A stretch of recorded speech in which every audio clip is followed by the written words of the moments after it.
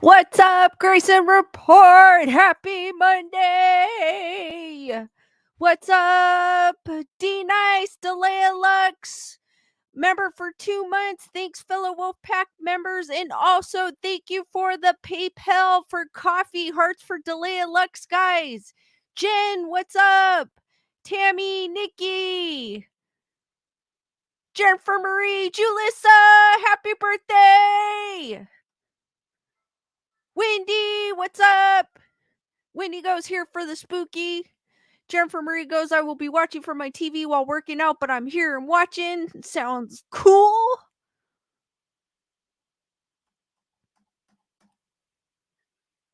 So what's up, everyone? My ghost looks like he had a hangover.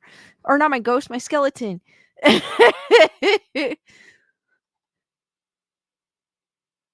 No problem, Julius. I hope you had a wonderful day. Guys, if you haven't done so, smash that like button. Matthew, what is up?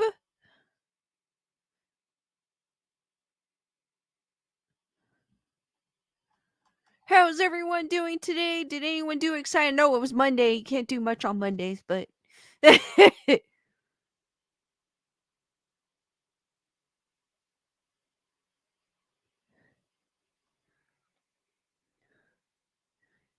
hold on here. Let me put the alien love making music on. Feeding the ducks.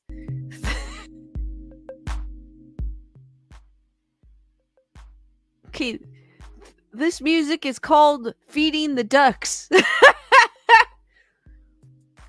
Julissa goes, the celebration continues here. Yes, it definitely does.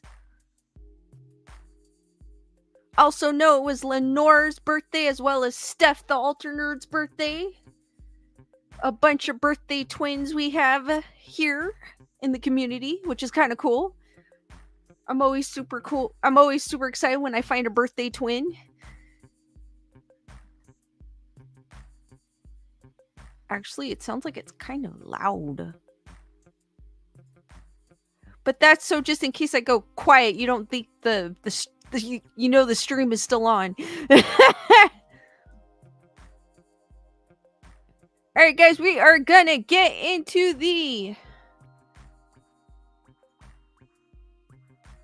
first order of business, which is Ghost in the News, where I Google Ghost in the News and see what pops up. And this one's kind of a funny article, to be honest with you. And it's... Let me see if I could share it. This is from All That's Interesting. And Mexican police arrest Chucky doll for threatening the public. This is actually kind of an older article, but I wanted to share it because I thought it was hilarious. The Chucky doll and its owners were arrested by police in Monclova, Mexico for threatening people with a K. And I don't know if this is real or not, but they were actually taking a mug shot of the Chucky doll, and the Chucky doll is in handcuffs. Police in Mexico responded to a scene from a horror movie earlier this month when they were notified of a Chucky doll and its owners threatening people with a K in the city of Monclova. The doll's owner, identified only as Carlos N., was reportedly using the doll to scare people in the city's public square while under the influence of an illicit substance. Local media reports that Carlos N. set up the doll with a large K, which he used to threaten people and demand money. He put the doll in their face and was scaring people. It is an offense. For this reason, he was arrested. The former director of the Monclova police, Juan Raul Alcocer, explained to Fuerzas Informativa Azteca.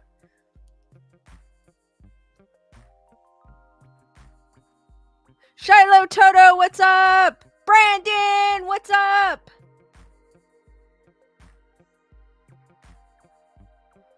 Carlos N. and the Chucky doll were charged with disturbing the peace and putting others' integrity at risk, and according to Reuters, arrested, handcuffed, and taken to the Monclova police station for processing. So yes, they are taking the said Chucky doll handcuffed to the police station for processing. Both Carlos N. and Chucky were arrested, handcuffed, and brought to the Monclovia police station for threatening people with a K. There, both Carlos N. and the doll, which still had a K sticking out of its overalls, were photographed for mugshots at the station. And yes, they actually photographed the Chucky doll for mugshot. All right. Though Carlos N. likely was able to stand on his own accord, police officers had to hold up the Chucky doll by its bright orange hair in order to snap the photo. How dare they? They're like disrespecting the doll. Come on. Images of the doll being handcuffed and posed for a mugshot quickly went viral on social media, with the virality came condemnation for the Monclova police officers for not taking their job seriously. Some journalists were jokingly telling them to pose with the doll to put handcuffs on it, Alcocer said. He added, they must take their jobs and the regulations seriously and not play those games. That is just crazy. I wonder what they did with the doll. I wonder if they kept it. Local police were criticized for handcuffing the doll and posing it for mugshots, as some say they should take their job more seriously. I think that's crazy that they were doing a mugshot on the doll. Usually they would probably just put it in an evidence locker or something. Indeed, the officers who put handcuffs on the Chucky doll was later reprimanded. The iconically terrifying doll first made its appearance in the 1988 film's Child's Play. In the film, a serial killer used a voodoo ritual to implant his soul into a doll as he dies from a gunshot wound. The doll then finds its way into an innocent family's home where it begins its reign of terror. Since then, the Chucky doll has appeared in 7 more films and even made a foray into television. And apparently, it was also used by Carlos N. as an accomplice to try and rob terrified pedestrians in Monclovia. But that chapter of Chucky's story has one final twist. According to Mexico News Daily, Carlos N. was released shortly after his arrest, but it's unknown if the Chucky doll remained in the police custody. Reuters reports that the Chucky doll's whereabouts are still unknown. The suspect came with his doll. Well, the doll was taken away along with his belongings once he reached the cell and was locked up, Alcocer told Fuerza Informativa Azteca. Did the doll remain in police custody? Is it now collecting dust in some obscure processing room deep in the Monclovia station? For now, the answer seems unclear, but those wandering around the city's public square should perhaps keep their eyes peeled for a doll with a sock of orange hair. So, guys, I bet you they kept the doll. One of them probably took it home. So, guys, what do you guys think of this article? They actually put the Chucky doll in handcuffs and mugshot him and held him by his hair. Come on. Respect the doll.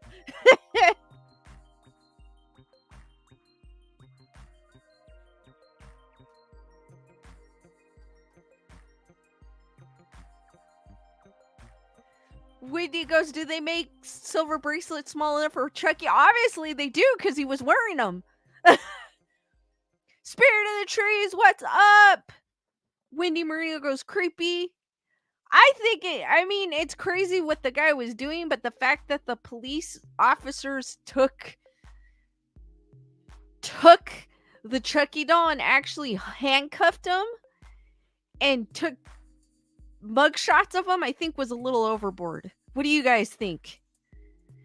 Because usually what they do is they'll just throw it in an evidence locker and tag it. And I'm pretty sure someone probably took it home in the station.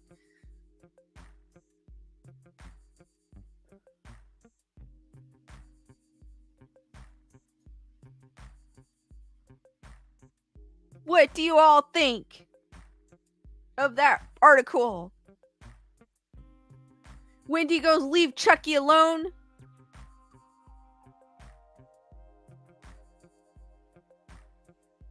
I think they should leave him alone.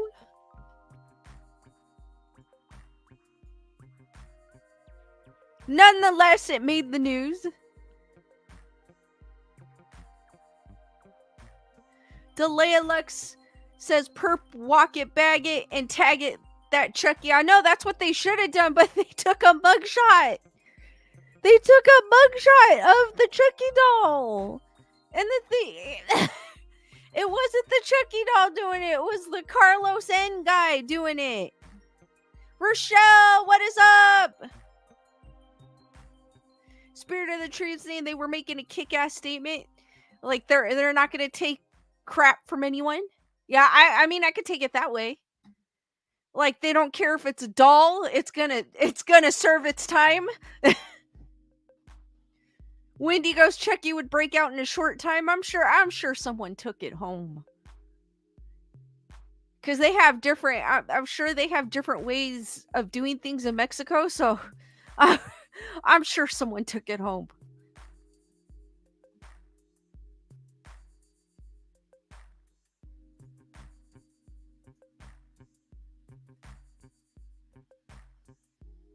But I just thought that was crazy. I mean, who wouldn't take that Chucky doll home? That's probably one of the expensive ones. I would. That's probably one of the Trick or Treat Studios ones. It might not. Well, no, it looked like a Trick or Treat Studios one. Alright, guys, we are gonna go into the next article. And it seems like the news, when you Google Ghosts in the News, believes Texas is the most haunted state.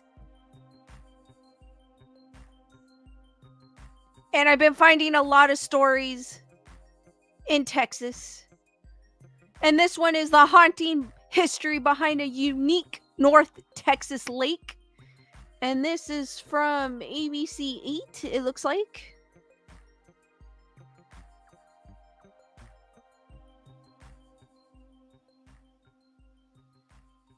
Brandon goes, oh my, I am in Texas. But it seems like when I Google, it says Texas is the most haunted state. Well, this one is the haunted history behind a unique North Texas lake. Nothing on record confirms the lake's infamous ghost story, but many other people have died there too. Dallas, at an old cemetery near White Rock Lake, WFAA found the woman Dallas has spent decades looking for. Some people laughingly do refer to me as a Lady of the Lake, said Sally Rodriguez, the unofficial lake historian. Unlike the Lady of the Lake legend, Rodriguez is very much alive. She earned her nickname because no one knows the lake history better than she does, including a haunted history that's well documented. However, Rodriguez says no matter how many times the story is told, it's not true. A young couple driving by and asked for a ride home. But when the couple arrived... I hate pop-up ads. However, Rodriguez says no matter how many times the story is told, it's not true. At least not likely. I found lots of stories, but no stories that match that, Rodriguez said. A story that ends at Cox Cemetery, reportedly where the Lady of the Lake is buried. But how did she get there? According to the urban legend, long ago, a lady in a soaking wet dress stopped a young couple driving by and asked for a ride home. The couple agreed, but when they arrived at their destination, they looked in the back seat and the woman was gone. Where she was sitting, there was just a puddle of water. The woman had led the couple to a house, so the couple knocked on the door and the homeowner said they had a daughter who died years earlier. She and her date was on the way to the prom, ended up driving into the lake, and died, Rodriguez said. Rodriguez says, surprisingly, back in the day, many people drove into the White Rock Lake and died. But after years of research, she can't find any record of a death like this. However, she did find the story somewhere else. Some place in Ohio and Michigan have exactly the same story in their town lake, Rodriguez said. Austin does too. So if it's all made up, why does the story persist? It's just a good ghost story to tell, says Rodriguez. If you were hoping to catch a ghost, bad news. There's not a woman haunting White Rock Lake. The goodish news, someone probably is. Do I think there could be spirits out here at the lake based on the number of deaths? Rodriguez said yes. If anyone should know, it's the Lady of the Lake. That's a kind of cool article. She believes that there's spirits there, but not quite what the legend says because there's no record of it. Gunner Girl, what's up? Heather, whatever. Logical Spock.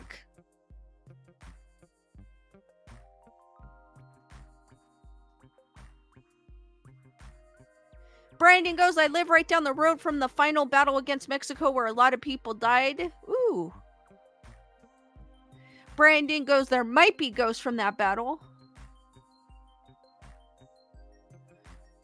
Ooh, that sounds cool, Brandon.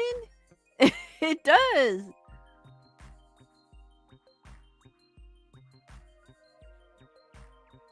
Super cool. Wendy Marito believes, I mean, the lady, the I guess you call her an historian because she knows a lot about the lake. She said she couldn't find any stories pertaining to a daughter and her prom date driving off into the lake and dying. So she believes because there's been a lot of accident, like a lot of people driving into the lake and dying. She says there's a lot of spirits, but she can't confirm that story.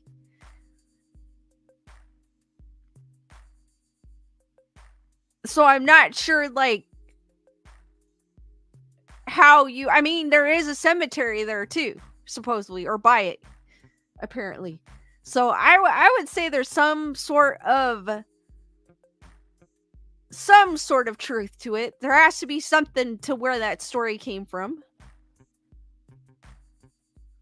Heather whatever goes scary story. Wendy Marino goes spooky.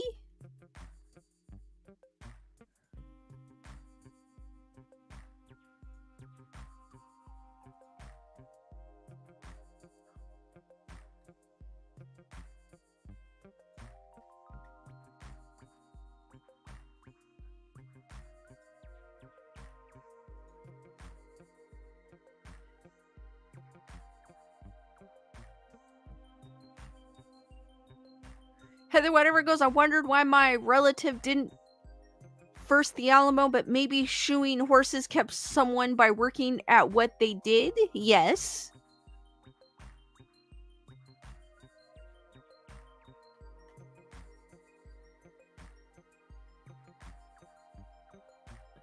She bet. Oh, Heather whatever said meant die at the Alamo. Maybe they weren't in an area where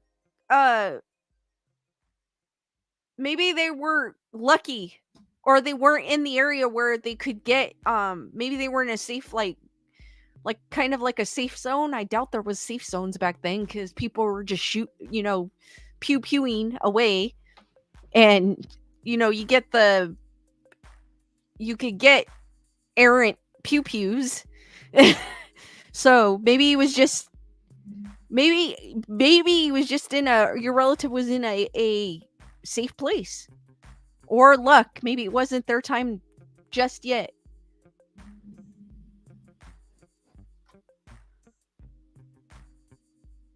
Because you have to think of it, there probably was, like, all over the place. Panda Bear, what's up? Heather whatever goes, maybe he chickened out. I don't want to think he chickened out, so I didn't want to say that, but yeah. Because if he was a blacksmith, maybe he was like in an area where there wasn't the pew-pews going off or anything like that. So maybe he was just in an area where he was safe, or kind of safe, I should say. Brandon goes, the battle down the road from me is where they rallied and said, remember the Alamo. Oh, dang, that is so cool.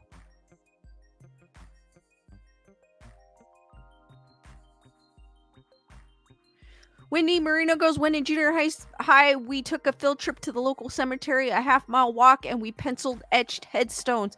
Oh my God, that would have been so cool. That was Wendy, that is a super cool field trip. But I don't live by any cemetery, so that wouldn't have happened.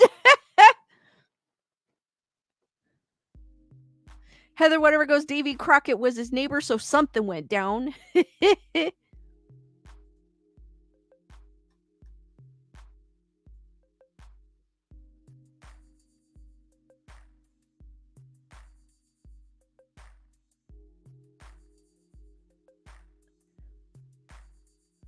That was cool. That sounded cool. In junior high and being able to etch headstones. Wendy, was it like an older cemetery? I love older cemeteries with like old headstones from like the 1800s. It's so cool just to walk around. When I notice older, like a cemetery with older plots in it, I always walk around and pay my respects, obviously, but I always look at the headstones. Wendy Murillo goes, small town girl born and raised. That is cool though, Wendy.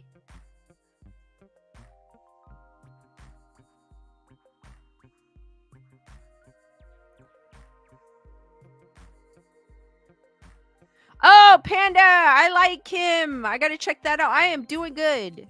Bit tired, but I'm doing good.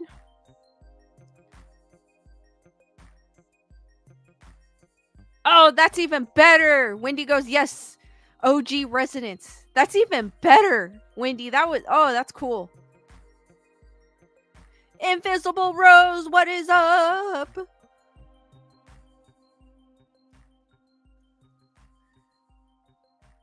What's up?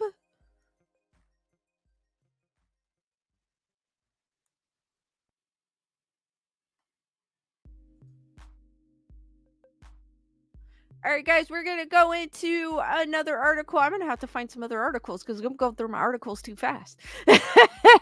Well, we got this one.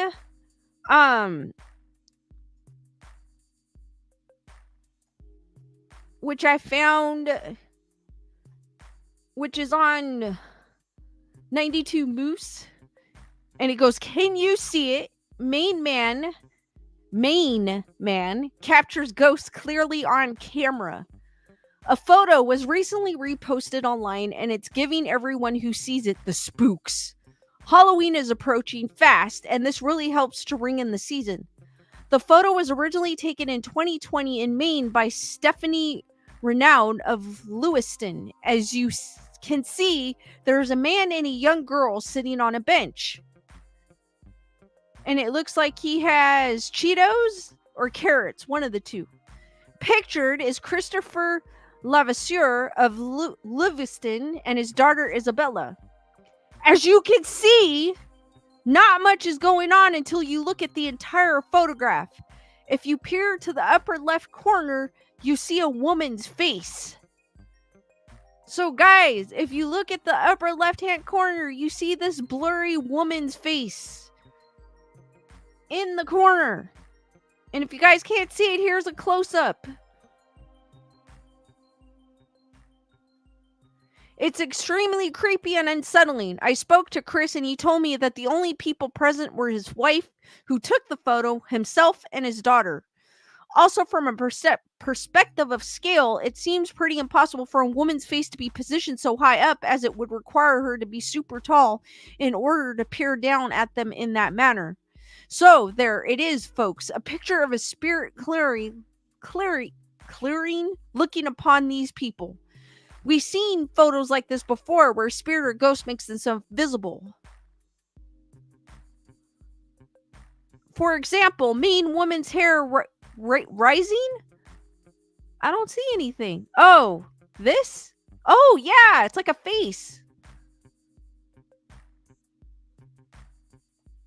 Yeah, but that could be like a lighting. In this photo, we have Jessica Harris, and there's an unexpected appearance of a ghost behind her. Can you spot it? If you look closely, you'll notice a ghostly face right behind her hair, unmistakably clear. It's always eerily exciting when a spirit unexpectedly makes an appearance in our lives and reveals itself in photos. Have you ever caught a picture of something unexplained? And here is that picture once again. Apparently, to the left of her head, you see a face. So what do you guys think of these pictures? Do you think they were photoshopped in? They're saying this picture's too high. I think you could still get it. You could get that done with an actual person standing. So what do you guys think of that? Zero Ortiz, what is up?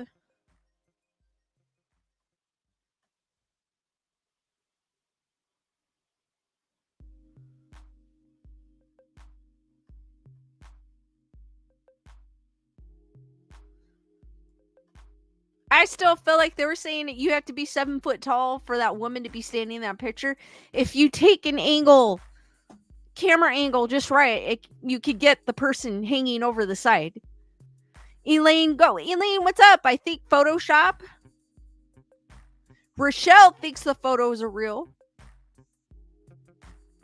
Wendy thinks it's a photo chop. Heather, whatever goes, I don't know. It depends on who the woman is, hairstyle or jewelry. Heather, whatever goes, photobomb. That's what I'm thinking, photobombing, because it looks like a modern woman. Rochelle goes, there is also all these tripods. There is. D Nice cannot really tell. I want to say but depending on the backstory, but because they didn't say like they recognize the person. If they recognize a person as their family, like their relative that recently passed, then I might, think, oh, it's the guardian angel to their daughter. But I still feel like with like I said, with the right camera angle, you could still take a picture like that.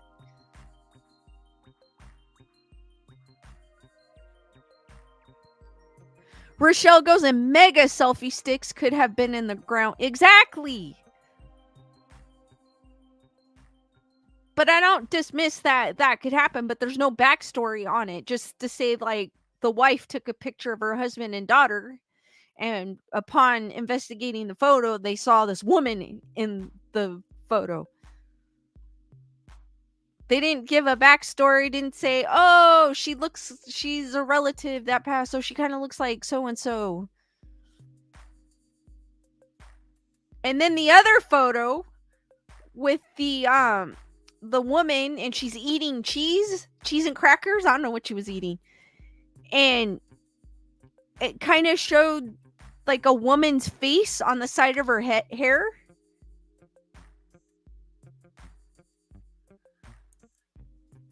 That one kind of looked a little photoshopped.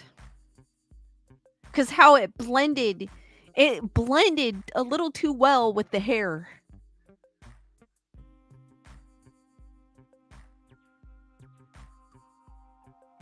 Heather, whatever goes, ghost making crunch noises.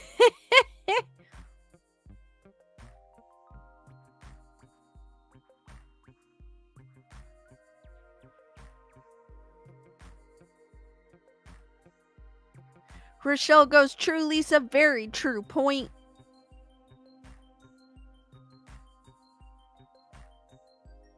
It's a nice picture, don't get me wrong, but I still feel like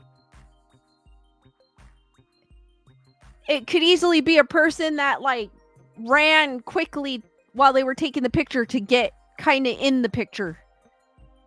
Because how it's a little bit blurry.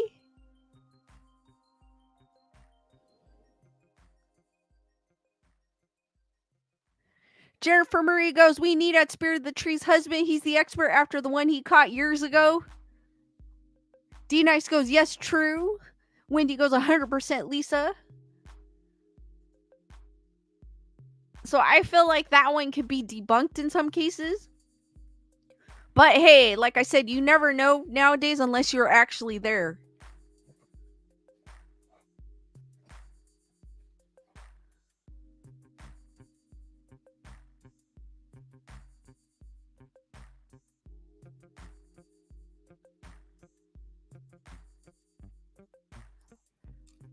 Hold on, guys.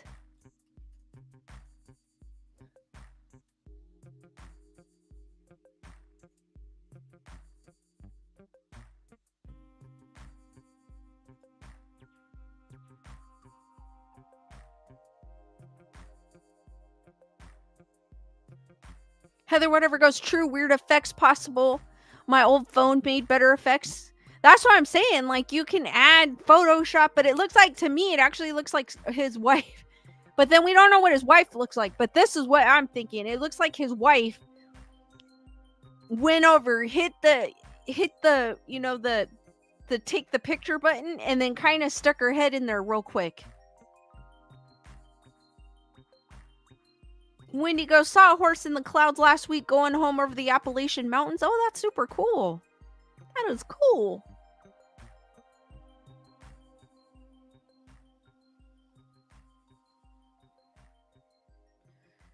Guys, just a heads up, I do have a merch store, so if you guys want to check out some of my merch, Gunner Girl dropped the link in the chat, so check it out when you get a chance.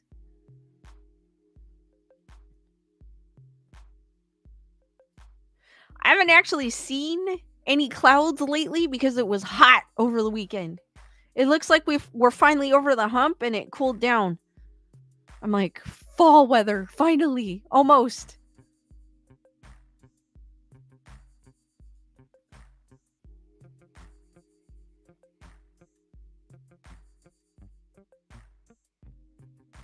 And then I know y'all heard on Nerd Report about the Ring doorbell. If you catch an alien, just imagine all these people with super special effects talent entering a Ring video with an alien walking across that looks like super real.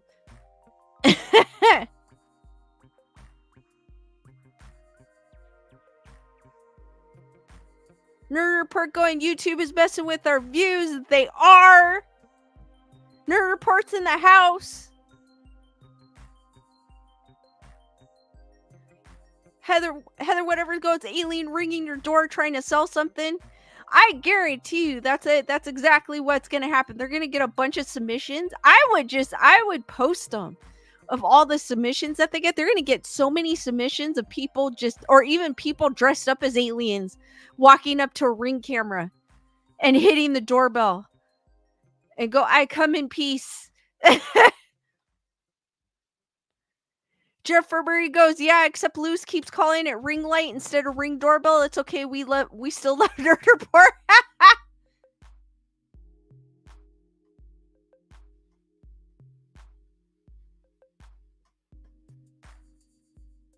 Wendy goes, aliens are hired and delivered via Amazon.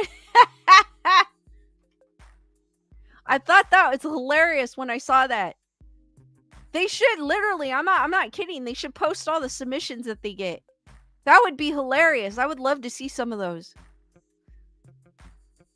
No, he's telling the truth, guys. YouTube is messing with our views. They like to hide our videos.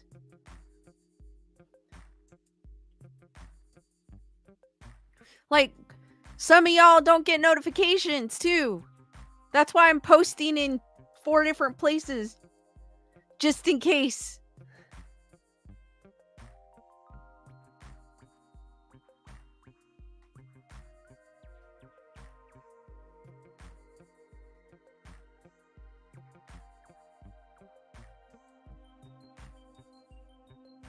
Matthew goes, would you like to buy a probe from the Alien Probe Company from Walla Walla, Washington? Only $20. Initial price. $199.99. 6 months later.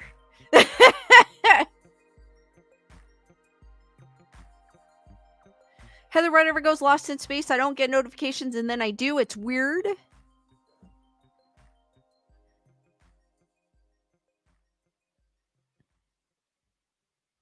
Zero T's goes, we want to believe it's scary. But no, I really want to do. I don't know if any of you guys would like to see, but I would really want to see those Ring doorbell alien submissions just to see like the creativity of people. Because come on, I'm sure. And then there's going to be one real one and we're all going to be like, ha ha, that's so fake. But there's going to be like that one real one that no one's going to believe that's real.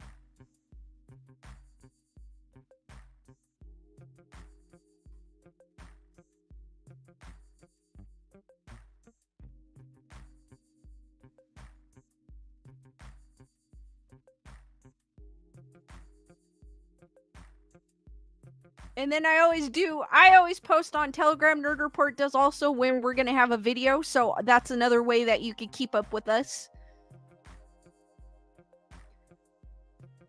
Rochelle goes, I am surprised they notify me. I have so many dumb, unjustified strikes on my YouTube account. I get notified for things I don't even remember I was subscribed to. I'll be like, what is this?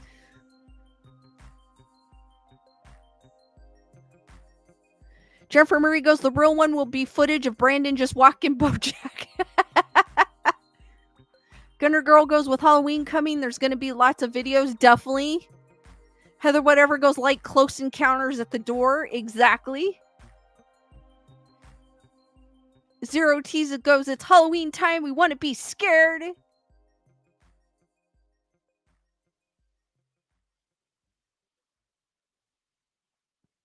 That sucks, Rochelle.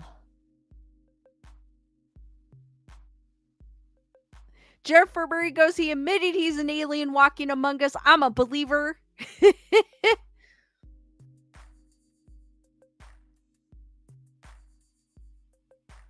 That is crazy, Rochelle. That really is, because there's freedom of speech.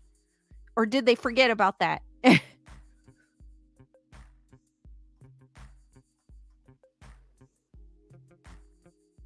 Diane, what's up?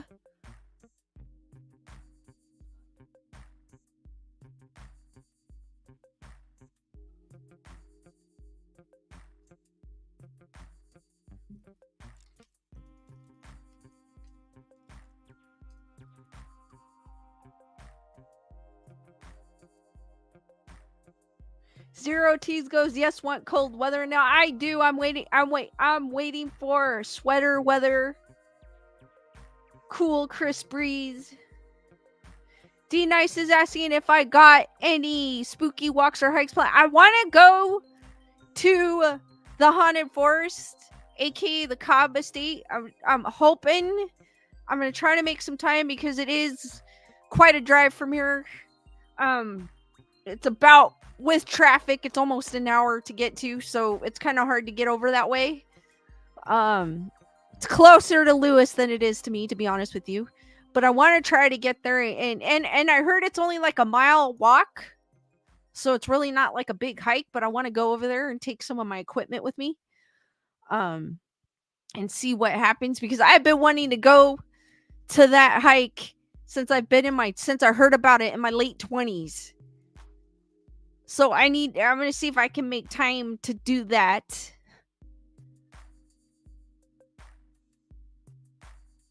Jennifer Marie goes, you might not get sweater weather. I know, but I mean, I want it cold enough to where we can wear jackets and all that good stuff.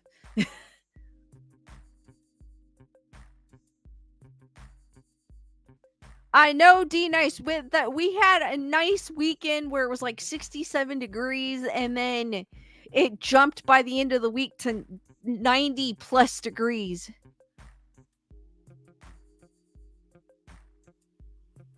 D Nice goes, drag Lewis on that hike. It's not really, it's like a mile. It's not even, I don't even think it's a mile hike. But it's in I think it's in Altadena, California, which is closer to Lewis than it is to me. Heather, whatever, you're lucky. It's electric blanket weather here. Time to chop wood. Super lucky.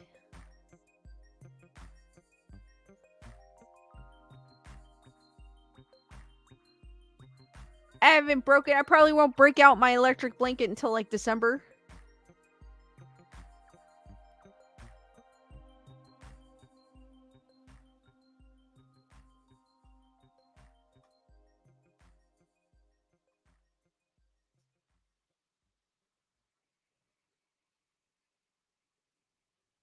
Cheryl, what's up?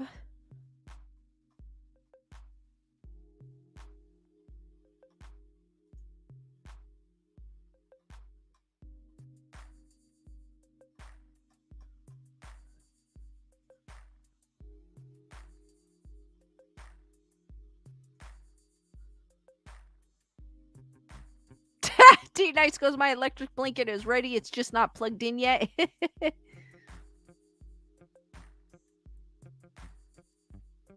Elaine goes, we went from triple digits to 70s. I still can't believe it. I know Mother Earth is having hot flashes over here.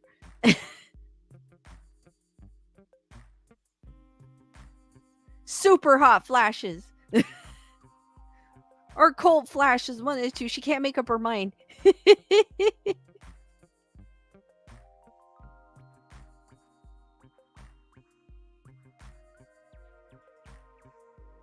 All right, I got this other article I'd like to share with you guys. For you that have Prime big deals are coming in the next 2 days because of the beautiful ads I get. I kind of like looking to see what deals they have. This is from ABC 6 places in East Tennessee with haunted history. Knoxville, Tennessee. Spooky season is here once again, renewing public fascination with paranormal activity. Gunner Girl! Thank you for the super chat. Get yourself something you enjoy. Hearts for Gunner Girl, guys. Hearts for Gunner Girl. Thank you for the support.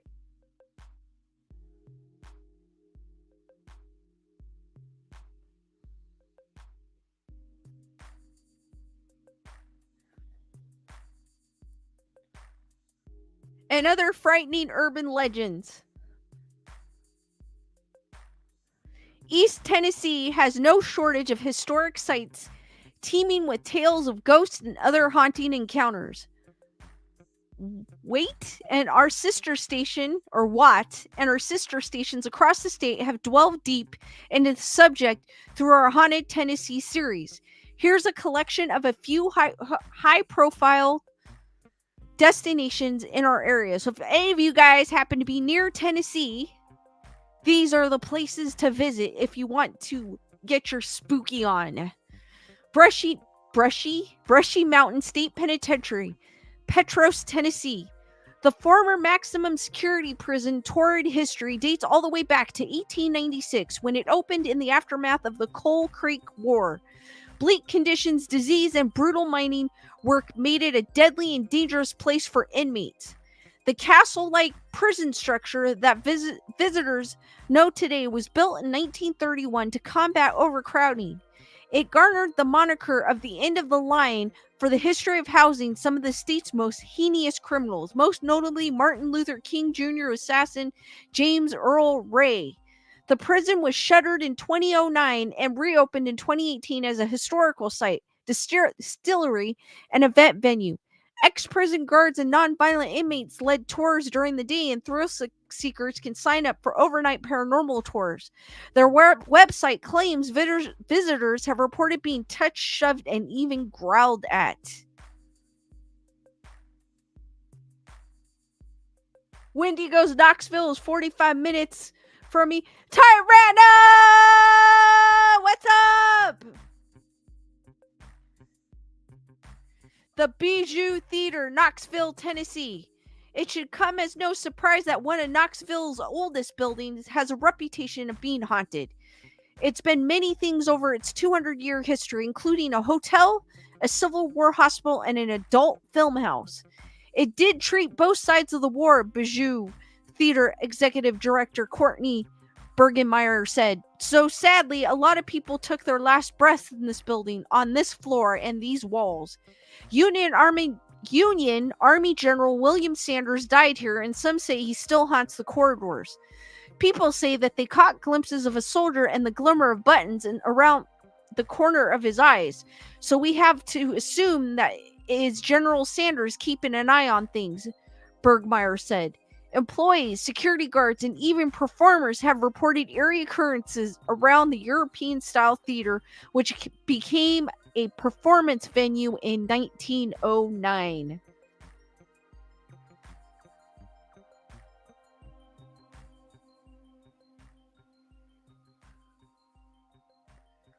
The Greenbrier Restaurant, Gatlinburg, Tennessee. Legend has it that this former lodge has a guest check in the 30s who never checked out. A scorned bride named Lydia. One day, on the day of their wedding, she went to the altar and he never showed. General Manager Rochelle Saltz.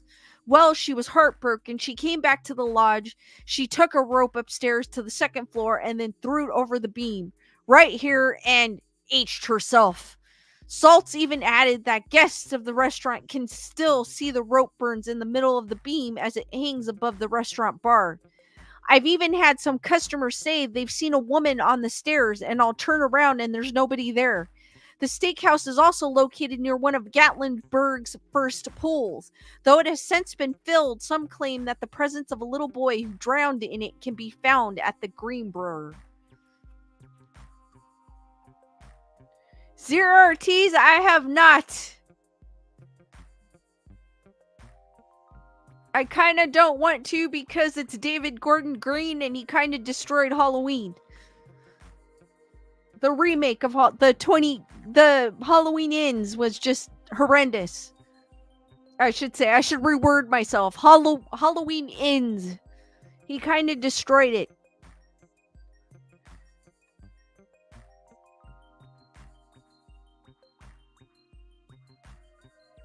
So I kind of have no interest in it. I probably will give it a gander when it drops on streaming, but probably not in the theater.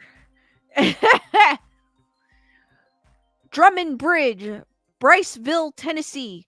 Another local legend that has its origin in the Cold Creek War is this bridge in Anderson County. Tensions were high as miners rebelled against mine owners who wanted to cut costs by using state prisoners for cheap labor rather company-employed private miners. Barry Thacker of the Cold Creek watershed said the Richard Dick Drummond was one of the miners fighting at the time. Legend has it that he was burned at the bridge after a dispute at a local dance. Everything was fine until Dick Drummond walked in the door, he added. There was a fight that night over a girl, and later that night a soldier found a private shot dead. Drummond was dragged from the boarding house where he was staying and etched from the now infamous bridge. Thacker said that there are two beliefs as to why Drummond is hunting the bridge where he was killed. One is that the ghost is looking for revenge against the soldiers, he said. The other belief is a ghost comes out at night looking for his girlfriends. The household goods store served Anderson County and the surrounding areas for decades after its completion in 1942. The building also housed some of the store's workers. The store closed in 1985 after store owner J.R. Daughtry died in his apartment at the site. It was added to the National Register of Historic Places in 2010. Melissa Kay of Cadence Craft and Trade, which now occupies the building, has experienced some strange happenings in the building. I heard somebody come running up the stairs behind me, so I just moved to the side. I jumped to the side to let whoever it was pass, but no one was there, she told. Wait. Kay believes that Daughtry's body was removed, but he never left. The activity has come and gone. Dude, that looks good. I'm getting distracted by the ads. Kay believes that Daughtry's body was removed, but he never left. The activity has come and gone, and it seems when Craig Hansen first bought the building and was working on it, they were experiencing a lot of things. Furniture was moving around on its own. Footsteps were everywhere, but no one was in the building.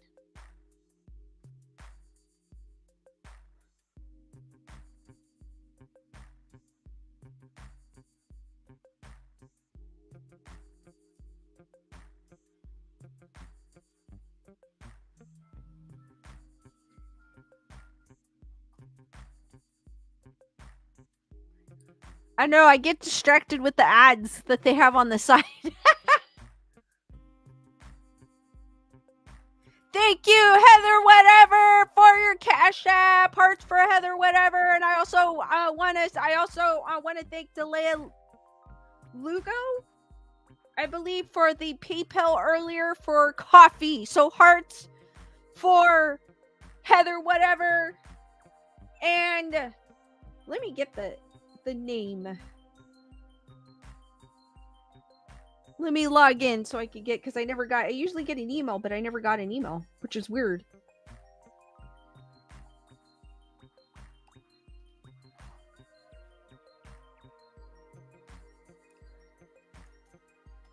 Julissa goes, oh, this is scary. I would not want to be there.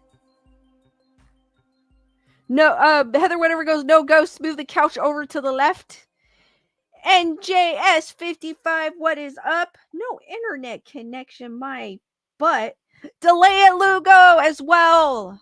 Hearts for Delia Lugo as well for the PayPal before the stream started for coffee. Thank you, both Heather Whatever and Delia Lugo, for the support. D Nice goes, don't look at the right. Stay focused on the article. I've already seen the right. Don't worry.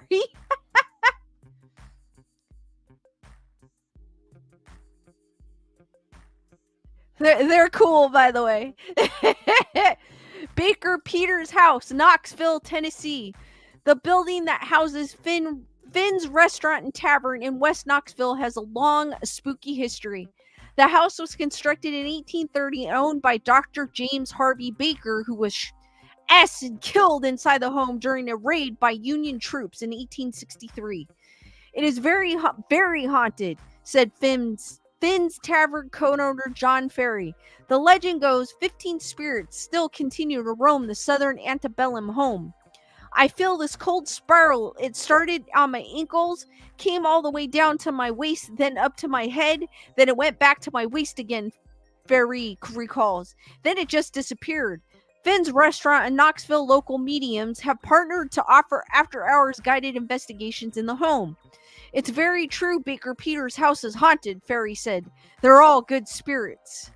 Guys, so what did you think of that article? Would you want to visit any of those places in Knoxville, Tennessee? And for anybody that lives near Knoxville, Tennessee, you could get your spooky on and visit those places. Oh, that's so cool, Heather. Whatever it goes, I want black nails with little stars and moons. That'd be so cool. I would do black cats. Like little cats. Elaine goes, yes. D Nice goes, yes. Heather Whatever's like, no, you guys go. I know Wendy's gonna say, Lisa, if you go, I go.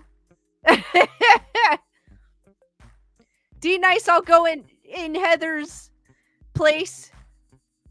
Cheryl goes, no, I'm a scaredy cat. Winnie Murray goes, any haunting in Johnsonville or Johnsbury?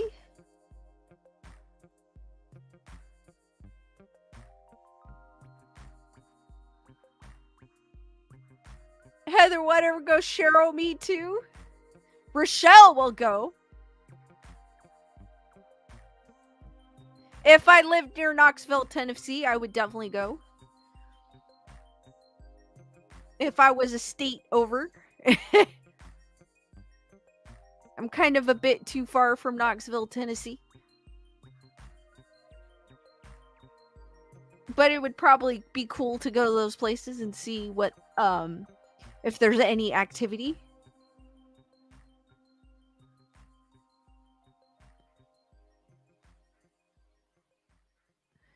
Heather Whatever goes, Sacramento, Auburn, Truckee, Nevada, Ghost everywhere, Cali, Nevada, or Neva Hotel. Cal Neva Hotel.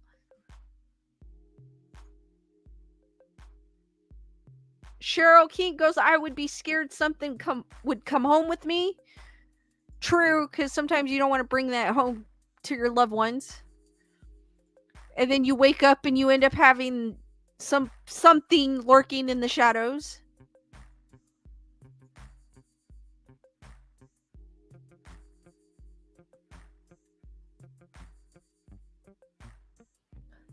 Heather Whatever goes, half hotel in California, ghost of Marilyn Monroe.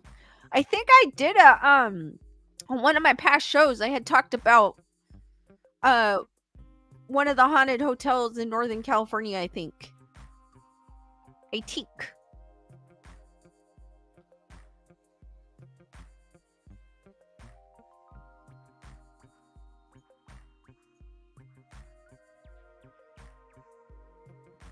Rochelle goes, that would be so creepy.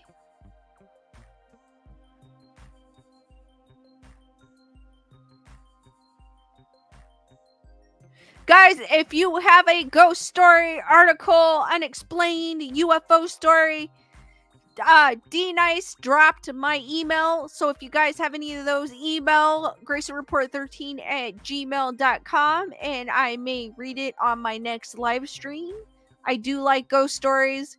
And like I said, it could be UFO related. I don't mind. I do like reading ghost stories or stories. So go ahead and send them to graysonreport13@gmail.com, and D Nice has dropped it in the chat.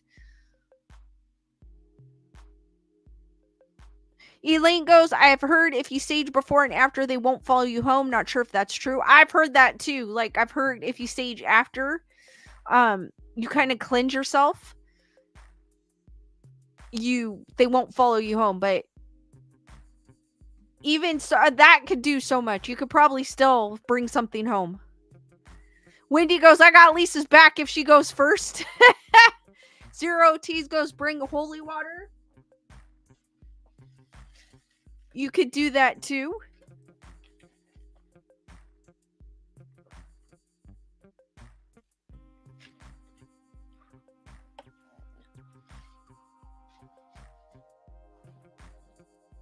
Probably a gemstone that blocks negative energy can probably help as well. Heather, whatever, I had a friend who went to that one in LA. Oh, the Cecil? She brought something home. She's a witch. That hotel is just, well, now it's low income housing. But that's, yeah. That one had some nasty spirits in it. And Julissa goes, lots of praying, that too.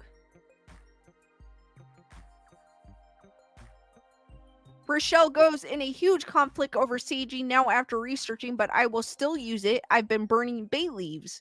I've heard something about bay leaves, Rochelle. Heather goes, yes, Cecil, she won't go back. That was before housing. She was freaked. I know, now I don't think you could go in. Like, they even have the entrance is like blocked off. Like, you have to go through like a separate entrance. I'm assuming to keep people from walking in, because there's probably going to be a bunch of people wanting to go in and ghost hunt. But people actually live there, believe it or not. I don't know who would want to live there, because I wouldn't want to live there. I don't care how low cost it is. And it's not in a great area, so I wouldn't. I've been on the outside of it, but not, and that was before it became low income housing. It was even, but when I went, it was before the big P happened. That happened in 2020.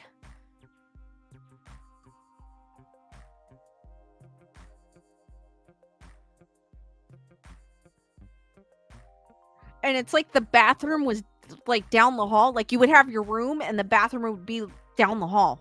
I would not like that. That would just be unsettling to me.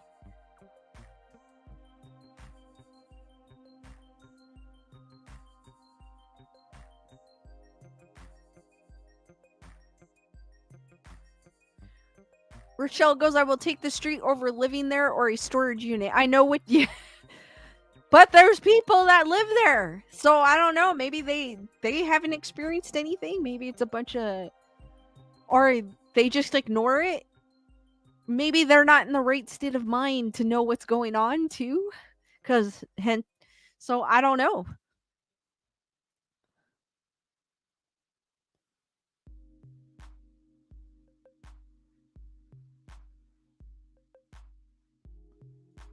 Yeah, I would not want to live there.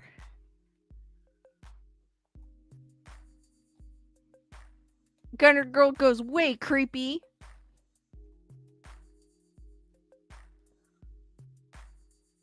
Heather whatever goes, cardboard boxes don't get haunted.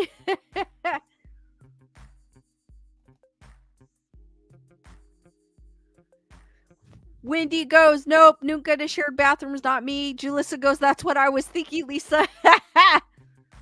Diane goes, public bathrooms are scary. They are. Tyranda goes, so creepy. True. Rochelle goes, are they are sinners like who were originally there? True. Possibility.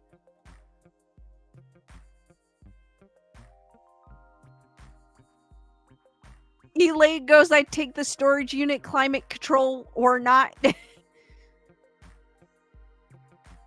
Cheryl King goes, they shouldn't put vulnerable people in that place. I agree. But my thing, like I was saying, it's probably people that aren't mentally sound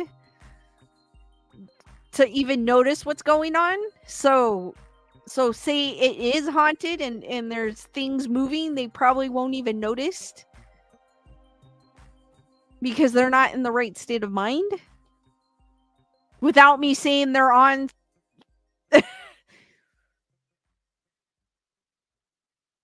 Oh my God, the worst thing is porta potties. I will never, forget it. Some of the public restrooms are nasty too. I'm going off topic here, but people are disgusting. Not you guys, but people. Like, I can't believe some of the stuff I see, and porta potties are nasty too, but I can't believe some of the stuff I see in the public restroom. It is just, it's like, how do you miss the toilet? You know what I mean? Like, there's people that miss the toilet and get number 2 all over the toilet and the floor, mind you, and I've seen it. It's disgusting. I mean, I don't know how this happens, and then walks away and leaves it like that. Like, makes me triple check restrooms.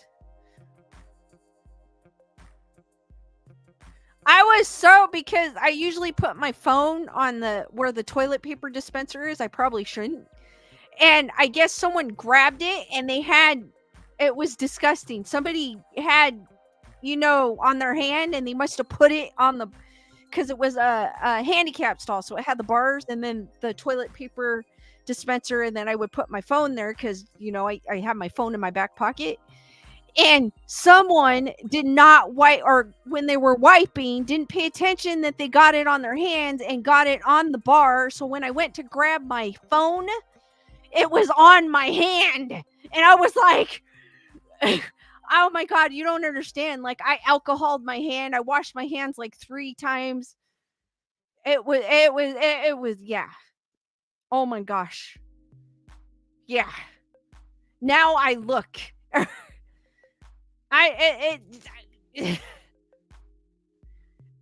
And I was like, let me go over there and wipe it. So I wiped it so it wouldn't happen to someone else. But still, like, I was pouring alcohol on my hands. It was just disgusting.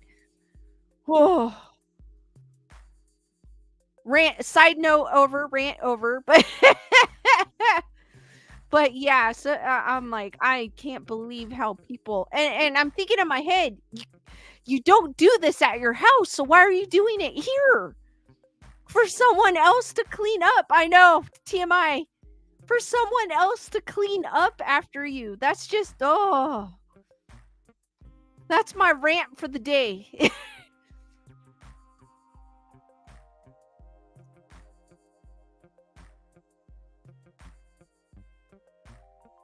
Jennifer Marie goes, they probably do that at their house. That's what I'm wondering.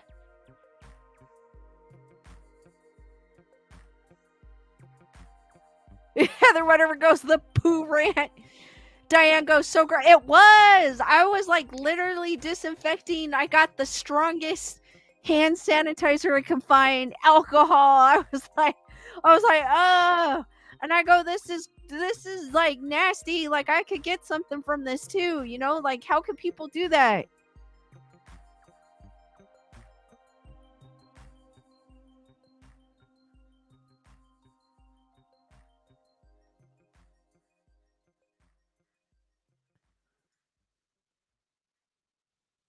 Yeah, and it's like, I always check too. I have to check never again.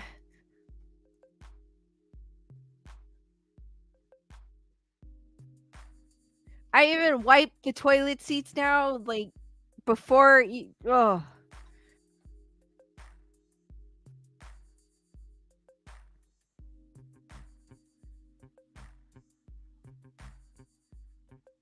Poo rant over.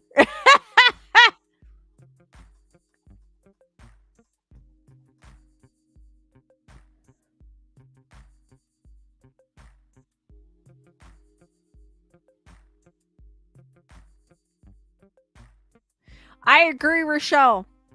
We have a culture where a lot of cultures, they take care of our elders, but we happen to be a culture that doesn't. Not everyone does. Don't get me wrong. I know people that take care of their mom and their parents. But we are a culture where we don't tend to do that. It's like as soon as we move away, we kind of, which is sad.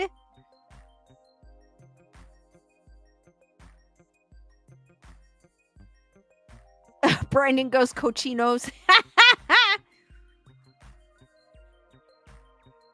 Julissa goes, you're allowed to rant. It's disgusting. I'm about to carry like Lysol or something when I go in there and go. You got to put a biohazard, outfit on, and you walk in there.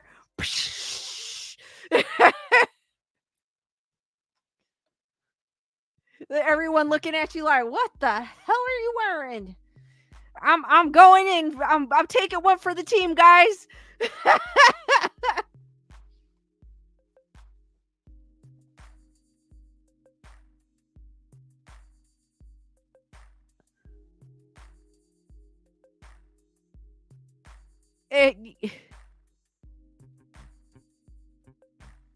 I agree, Rochelle. I totally agree with you. Sometimes I feel like doing that when you go in the toilets. It's like, but I will take a toilet that's hooked up to plumbing over a porta potty. If I have to use a porta potty, I will. But those are even worse. You need what an infectious disease suit when you go into those. With oxygen tank hooked up to it and everything.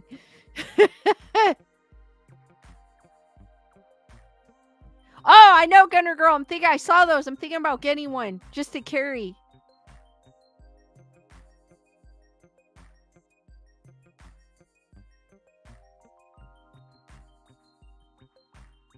And nose plugs. No, I went into a porta potty and it was like, I opened it. I remember I opened it and I saw, obviously a woman was in there because there was something on the floor. And I was like, and it was red. I'm not going to go into it too much TMI. You can get when I'm going. And it was on the floor and I just closed the door. I was like, nope. I was like, how?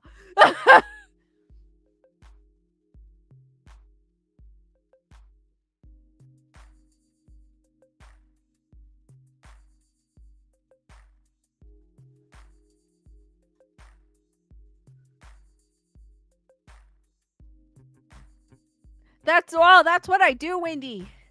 It's like,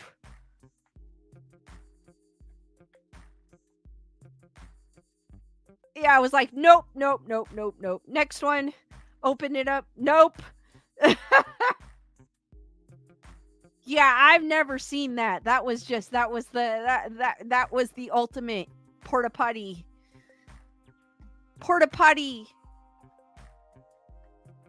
horror story.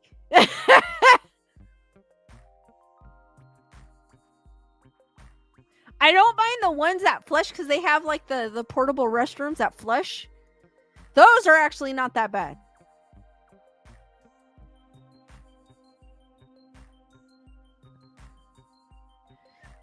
D Nice goes, during the Bud Light virus, my sister brought a personal portable with the pop-up tent for privacy for her and her kids. Didn't need to go into a public restroom during that time.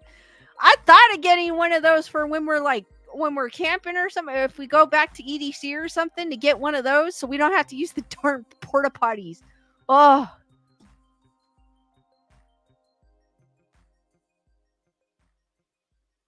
Heather Rutter goes, find a bush. It's kind of like a bucket. Well, I mean, it's not a bucket, but it looks like a toilet seat. And then you get just a pop-up set, and then you could dispose of the waste. D Nice goes, I was telling y'all to get them. I think I'm going to invest in one, to be honest with you. Next time I go to one of those things. Because you need one. Because it's like the middle of the night, and you're in your tent, and you're like, oh, I don't want to walk all the way that way. it's more convenient.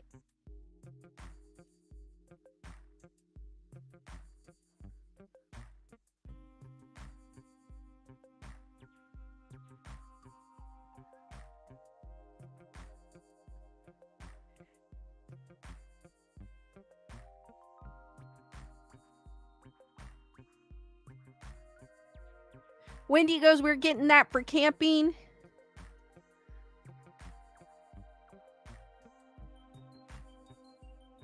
Heather Rudder goes, incinerating toilet in a camper takes big power, but solar plus inverter. That's actually one of my I don't know if you call it a bucket list thing, but for some odd reason, I want to get one of those. It's like a van.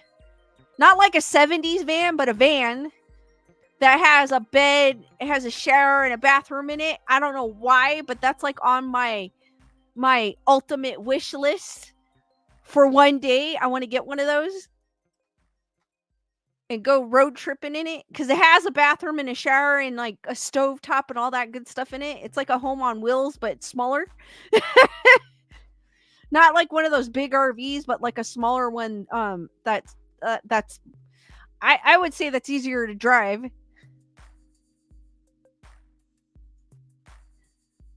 I agree, Julissa.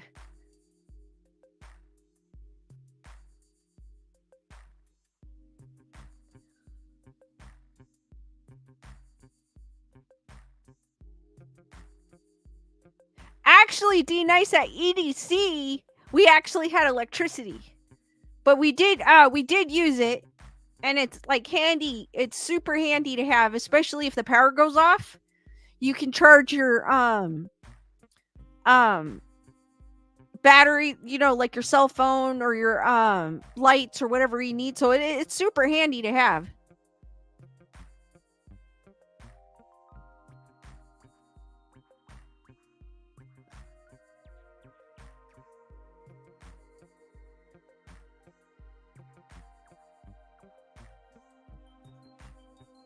Which is kind of glamping. It's not really camping because we still had electricity.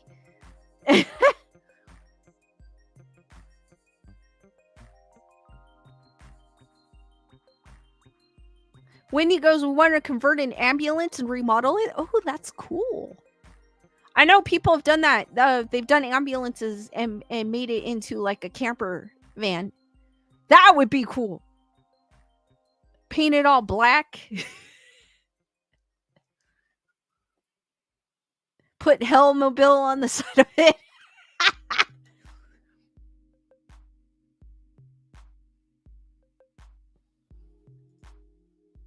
All right, guys, we are going to get into the last article of the night, and I will open it up to questions. And it is on Angel Island. Has anybody heard of Angel Island?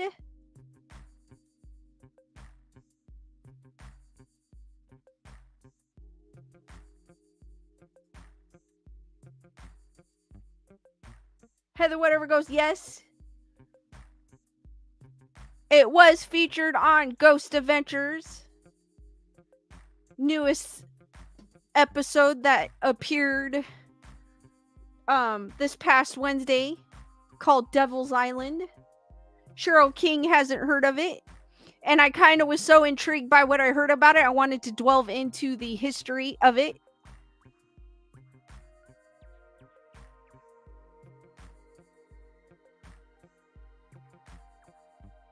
Diane goes, please tell.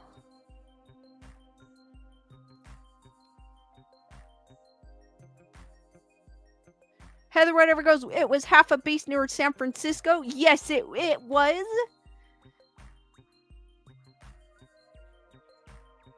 So this is Angel Island, and it's from San Francisco Ghosts.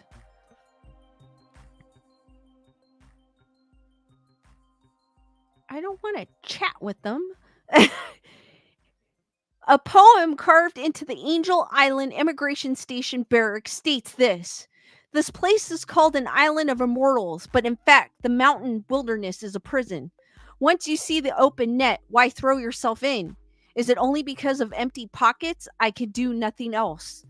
The West Coast's Ellis Island, Created initially to process the anticipated flood of European immigrants entering the United States when the Panama Canal was finally opened, Angel Island opened its doors to weary travelers on January 21st of 1910. World War I was looming, and the immigration station here was intended to provide immigrants with an open door into America, but instead served as a detention center for nearly 175,000 immigrants who arrived in America between 1910 and 1940. Most came from China, seeking refuge from the political and economic hardships they were facing in their homeland.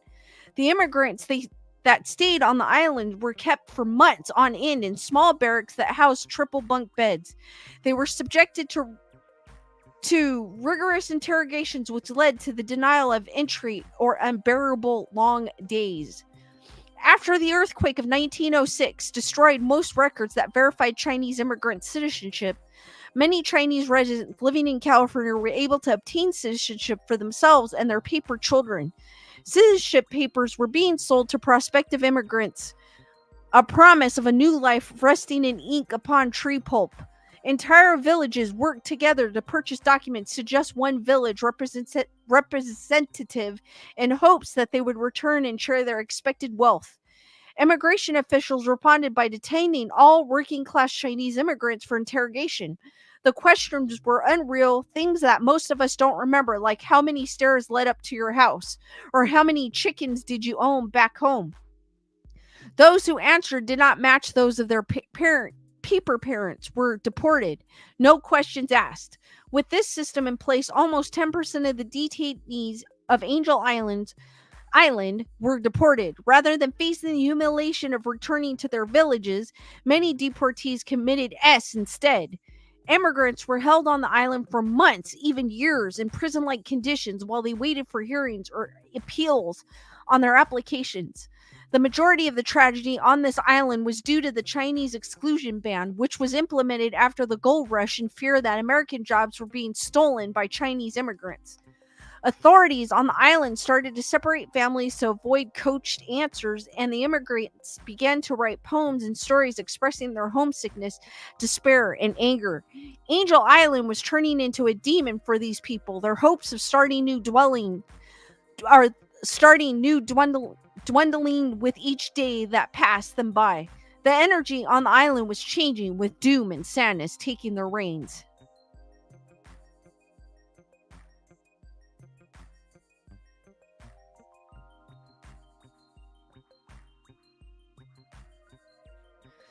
Angel Island's many faces. Angel Island was not only an immigration port, but it was also used to house German and Japanese prisoners of war during World War II. It has housed American soldiers, was once a missile testing site, and even a quarantine station to test immigrants for infectious diseases. In 1891, the quarantine station on Angel Island was open for use. Ships from foreign ports could be fumigated, and any immigrant suspected of carrying disease would be kept here in isolation. The first ship to have its passengers quarantined on the island was the steamship China. On April 27, 1891, she arrived into port and was suspected of having smallpox on board.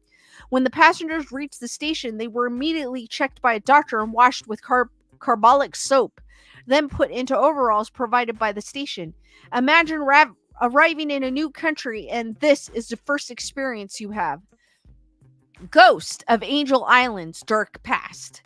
The torture experienced here remains in the permanently etched Cantonese poetry all over the walls of the immigration station, with all of the negative energy created from the separation of families, the S's, the unknown, the fear, the sadness. It's no wonder the Angel Island is considered to be one of California's most haunted locations. At least 2 documented deaths occurred at the Angel Island immigration station, with more having gone unreported. One was a laboring man from Antigua named John Henry Stevens, who passed away due to a hookworm infection. The other was William Sinang, the ship's cook. He passed from inflammation of his kidneys due to a scarlet fever attack a year prior. The most famous haunting of Angel Island is that of a young Chinese bride. She arrived at the immigration station with her husband, hoping to start a new life in California. The woman was interrogated to such extreme lengths, and the decision to deport her back to China was made. She was so distraught by the decision that she went to her dormitory and put a wedding dress on, the one she would never get to be married in, as she aged herself with a bedsheet in the women's restroom shortly after. After this tragedy, many of the immigrants staying in the dormitory reported feeling a sad presence in the bathrooms and experienced strange electrical issues. Many were so afraid of these happenings that they refused to shower alone. I believe she's also known as the White Witch. However, one young girl had what is arguably the most terrifying experience with the ghost of the bride. She reported that she was awoken abruptly one night when an unseen presence started to press down on her chest. She was unable to breathe, and in a panic, she tried to scream. The pressure increased, as did the pain. The girl said she was only able to whimper a prayer, begging for her life. Soon the pressure stopped, and the girl was left alone in bed, gasping in a cold sweat. Had the bride tried to kill this young girl? If so, why? Is she angry that she was never able to enjoy her youth, that her life was cut short just before it began? Visitors to Angel Island also have stories to tell. Disembodied voices are reported floating throughout the island. The crumbles of the buildings on the islands are hiding places for apparitions, and the energy of the island itself hasn't changed much since the early 1900s, when it was a place of suffering and unlived dreams. Visitors report this heaviness, and some are so weighed down by the island's past that they cut their trip short and leave as quickly as possible. It is said that sensitives can't usually stay more than a few hours upon the island's shore. Today, Angel Island is a California state park. People come to camp, bike, and hike the area in picturesque shorelines. Access to the island is by ferry or private boat only, and the remains of the old Angel Island immigration station can be seen after an 11-mile hike from Ayala Cove. Most of the immigrants who were brave enough to speak of their experiences on the island stated that the two worst things about their stay weren't the ghost and the starving. The poetry etched Two worst things about their stay were the ghost and the starving. The poetry etched into the cement walls of the immigration station goes to show two things: how long immigrants were held here and how heartbroken they felt the entire time. Carving stones take days, weeks, months, even, and when complete, poems in Cantonese are all that remains of the time people spent here. It's essential to read them and to connect with the souls who passed her. Wow. So, guys, what did you think of that article?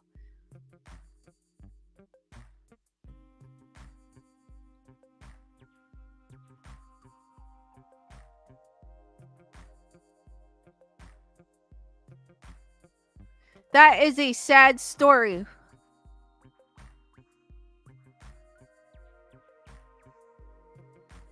Matthew goes, although actually filmed in Canada, including the Legacy House, the TV show Poltergeist, The Legacy, within the series, the Legacy House takes place on Angel Island. Oh, cool.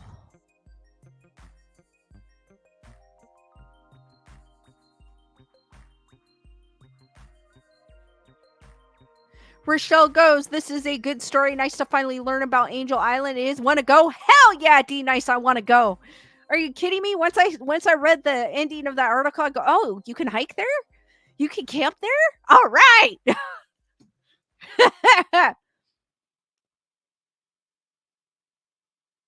Julissa goes, that was a good article. Heather Wetter goes, very sad and terrible. It is. Cheryl King, I hope they are at peace now. The ones that pass, I hope so too. Matthew Coburn goes, very good article. Elaine goes, very great article, but very sad. It is very sad. Wendy goes, only if Lisa goes first, I'll film it. Gunnar Gold goes, very interesting. Jennifer Marie, that island needs a new name. It's also, I think it's nicknamed Devil's Island.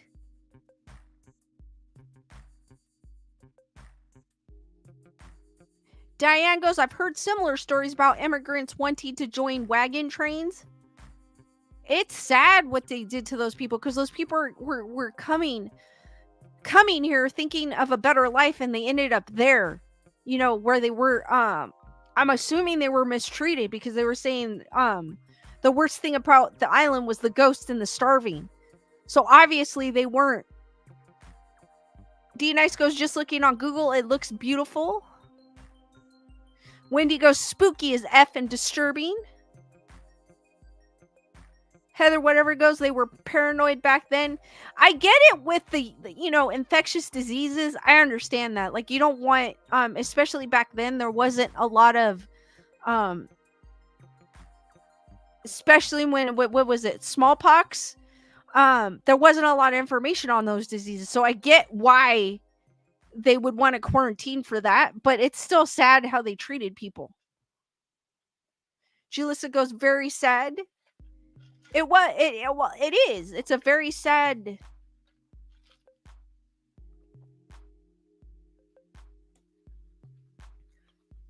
Very sad. And they even said, like, a psychic can't spend more than a couple hours there. So you can imagine what the energy feels like.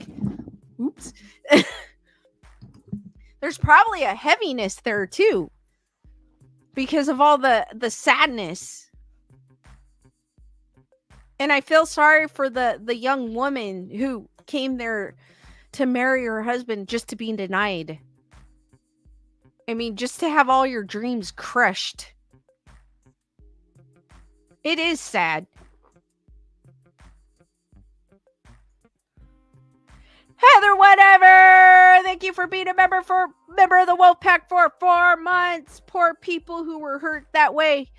I totally agree. Hearts for Heather, whatever, for being a member for 4 months.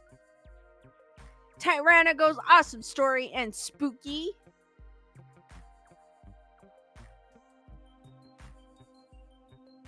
Definitely is. One of these years, I want to make a trip out there. That'd be so cool. But they said it's like an 11-mile hike to get to one of the buildings. I'm like, oh.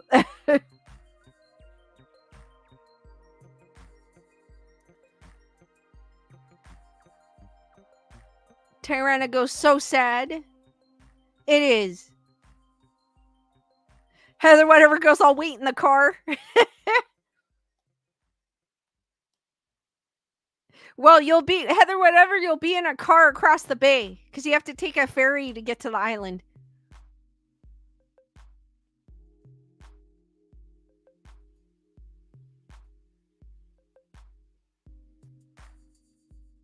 It's a beautiful place. I've seen a picture, like D-Nice says. It's beautiful, but it has a lot of tragic history. So it's beautiful, but deadly, if you want to say it that way. D-Nice is saying after the stream, we'll have an after party on Telegram. Whoever could stay up. But after the stream, meet us in Telegram, the Grayson Report Telegram. Be there or be squared. We do get crazy on there. Amazingly, we do get quiet too.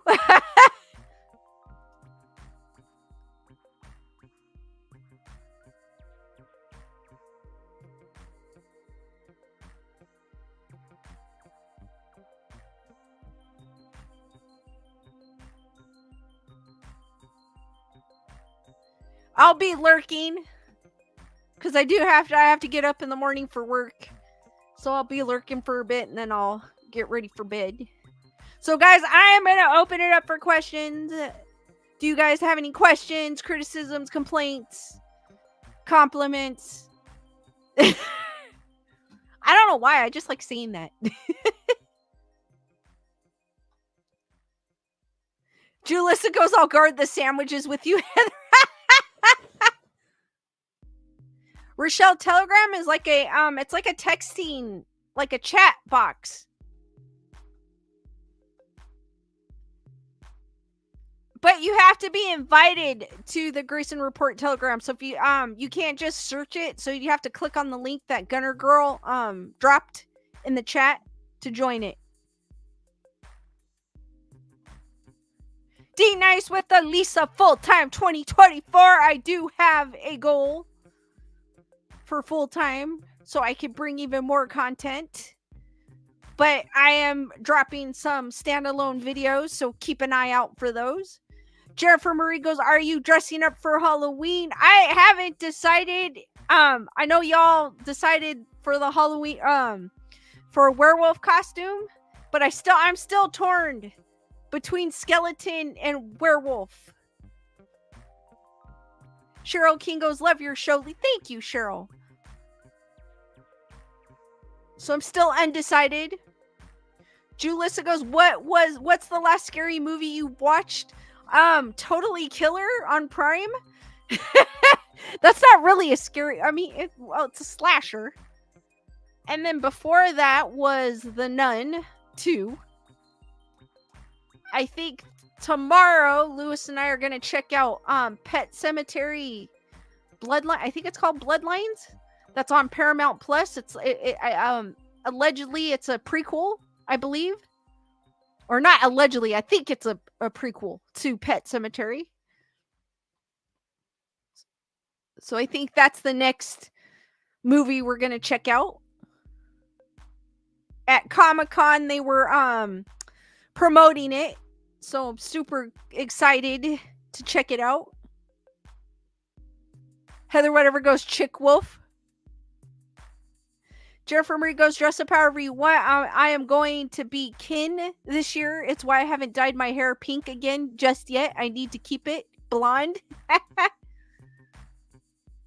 D Dice goes, I wonder if Dick's Sporting Goods could sponsor. I don't know.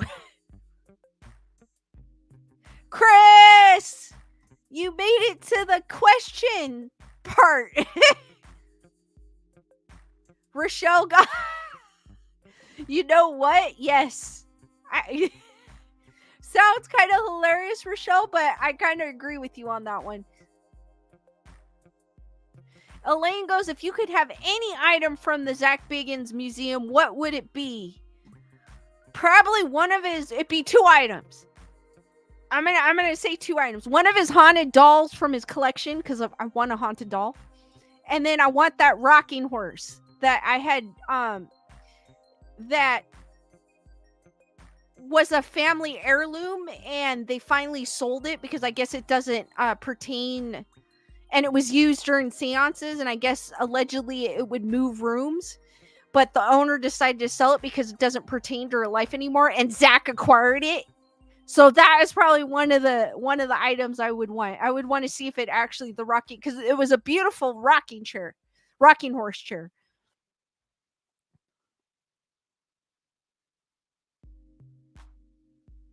Gunner Girl, I did watch Totally Killer. It was cool. I enjoyed it. No, Julissa, it was Jennifer Marie saying her hair is blonde. Mine's still brown. Because she said Jennifer Marie is saying she was going to go as Ken for Halloween.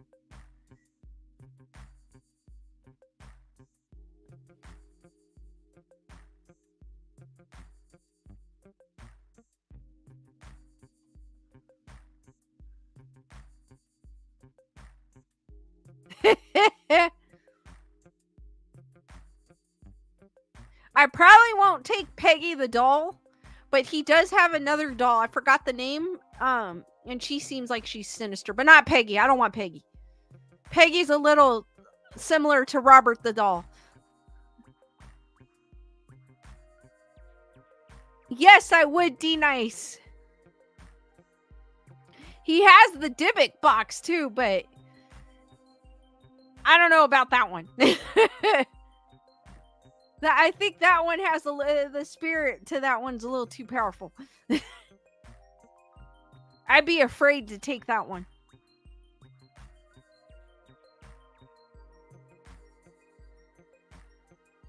Guys, keep the questions going.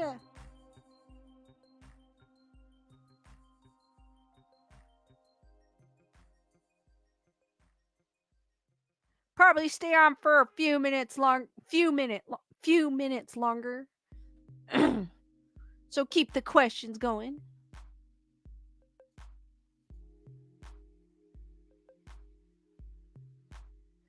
Elaine goes, Robert the doll can just stay right where he is. I agree.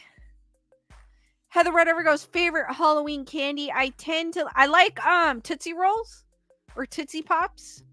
What else do I like? Gummy bears. I love gummy bears. Well, I like gummy worms, to be honest with you. Gummy worms has to be my favorite. I like gummy worms better than bears. But I'll take gummy bears. D Nice goes pudding or jello. I'd have to go with pudding.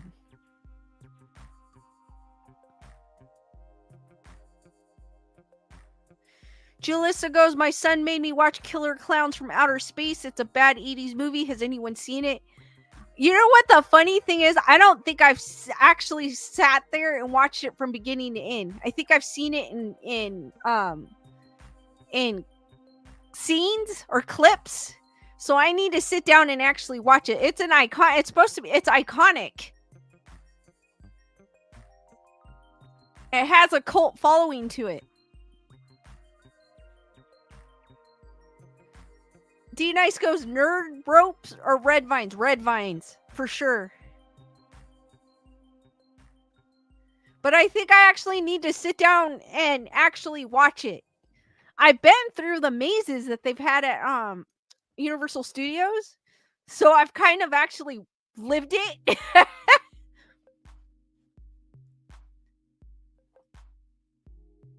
But I've never I don't think I've seen the movie from beginning to end. So that's something I need to put on my movie list. Julissa goes, he loves it. I thought it was bad. A lot of people love that film. It's like, it has a, like I said, it has a cult following.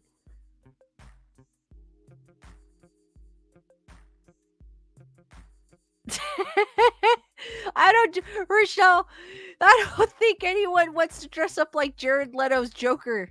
Or as I call it, Hot Topic Joker.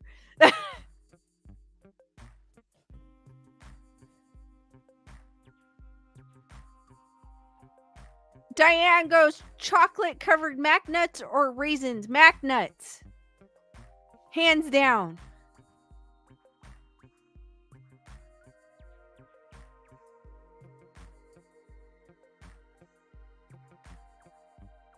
I call Jared Leto's Joker Hot Topic Joker.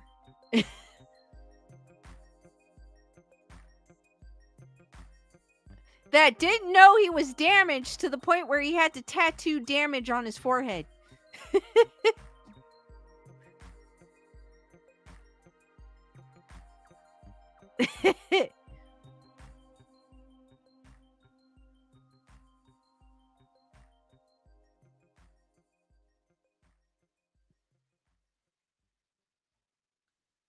Black licorice D-Nice.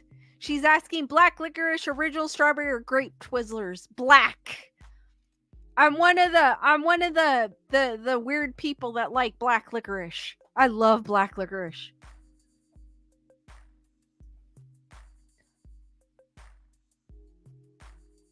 I haven't had black licorice in a while, but I love black licorice.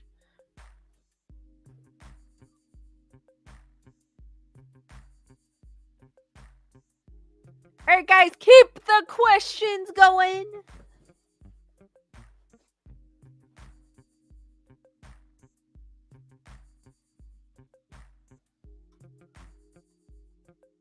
Because I know a lot of people don't like black licorice, but I like it. I always have.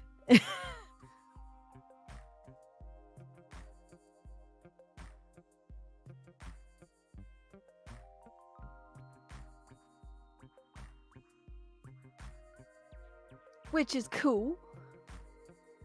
Chris Barber, I like cherry Twizzlers.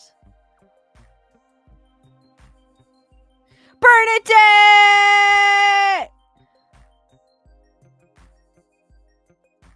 Bernadette goes, sorry, I was into my Raider game. We won. Oh, that's cool. I just called Jared Leto Joker's crazy hot. I love black licorice also. Cool! Awesome, Bernadette!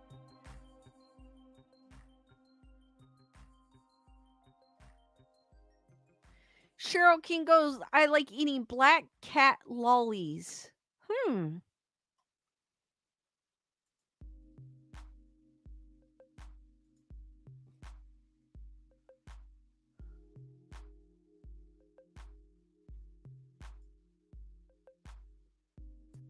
keep the questions going, guys, and then we'll continue the party on Telegram.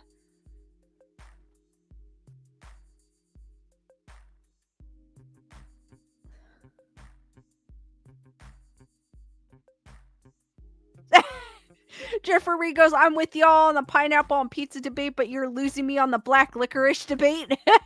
I know a lot of people don't like it. I know a lot of people don't.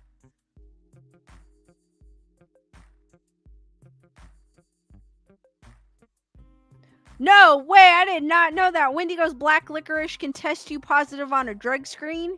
I did not know that. Luckily, I haven't had any in a while, so I'm good.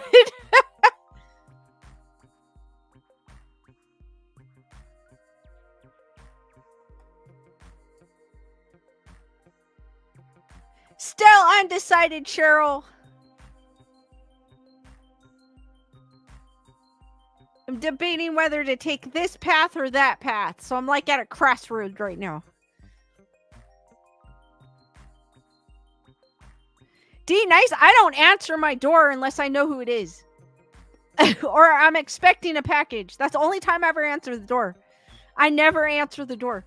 Because you don't know, so you don't, if I don't know who you are, I'm not opening the door. Unless it's a UPS, you know what I mean? Like I see the UPS truck out there or a FedEx truck and you need to sign for a package. That's the only time. Or if I know you. It's the only time I ever literally open the door.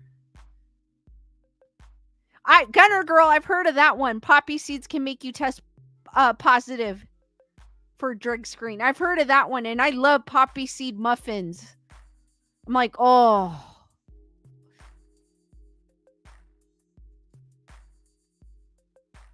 I don't know where I used to get these big, I think they were at Costco. Big, huge poppy seed muffins. Oh.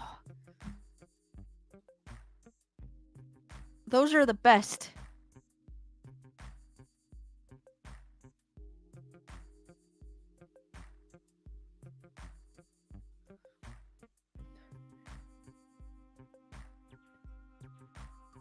Yeah, there's well, I have a camera too, so I can kind of see who comes up, but still, if I don't know who you are, I'm not going to open the door.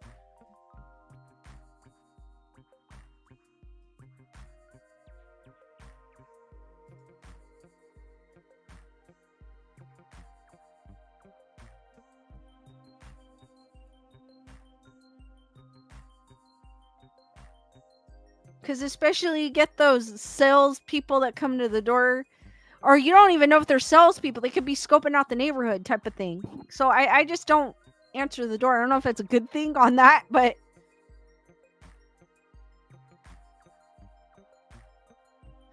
Diane's going, dinner time here, cooking baked chicken adobo.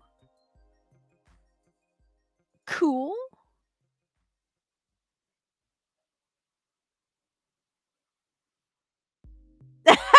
Jennifer Murray goes, my doormat says there's no reason for you to be here. God, I love it. That is hilarious.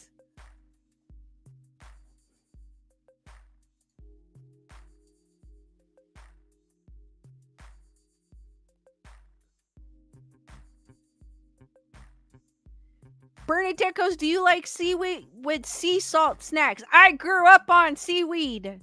Yes. My mom used to make it. She would put she would brush sesame oil on it and put some salt on it, and I would eat it that way. I grew up on it, so yes. And she would warm it up over the stove and then put sesame seed oil on it and put some salt. Oh yeah.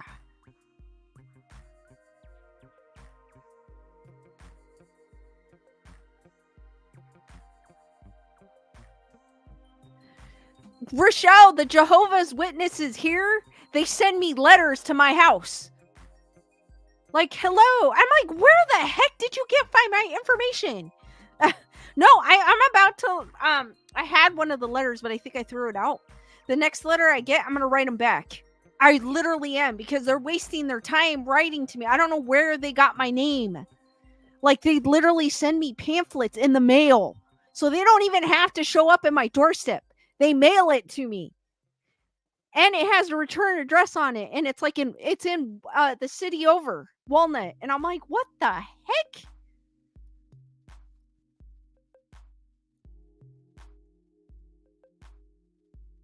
So I was going to write them back, but I think I threw the letter out with their address. I was like, to whom this may concern, ... I am not sure how you got my address, ... Can you please stop sending me pamphlets, ... as I am not per that religion. I don't mean no disrespect, but I'm not sure how you got my information in the first place, ... No, they literally, the Delay Lex, they email me, not email me, they mail me letters. So I just need to, mail them back. And it's like handwritten, like at a house in the city over. So I'm not sure, like, if they just go through a neighborhood and just write random addresses and send it to people.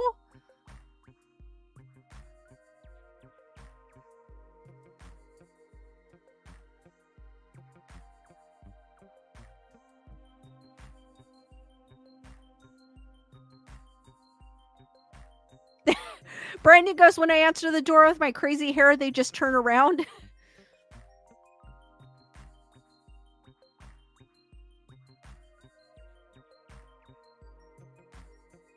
Heather Whatever goes, I freaked out the Mormons visit. I cried for them and told them I was praying. They looked like my sons. They never came back. Diane goes, that's a favorite snack here also, the seaweed. Oh, that's cool.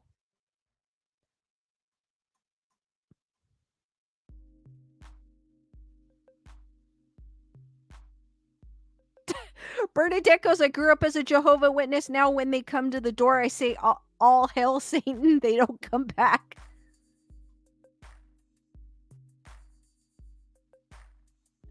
Jennifer Marie, that's what I'm thinking. I've been getting these for years, too. And I finally was like, you know what? I should just email them because they're wasting their time.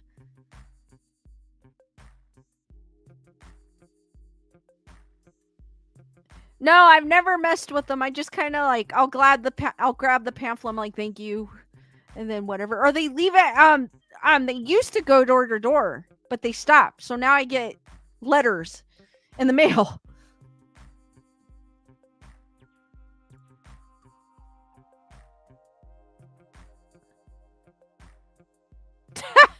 Diane goes, my maiden name is Mock, and we used to get mailings in Chinese. Chris Barber goes, my mom used to answer the door with a drink in her hand. I agree, D Nice. Total waste of paper. Save the trees.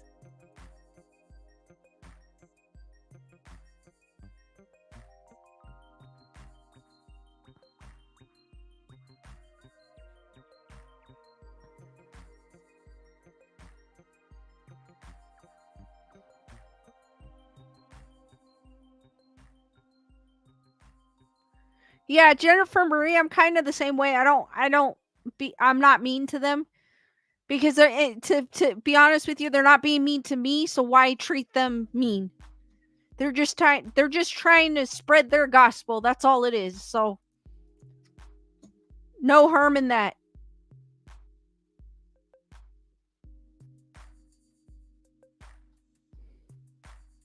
But we don't get them door to door anymore, which is weird. Maybe because of the Bud Light virus.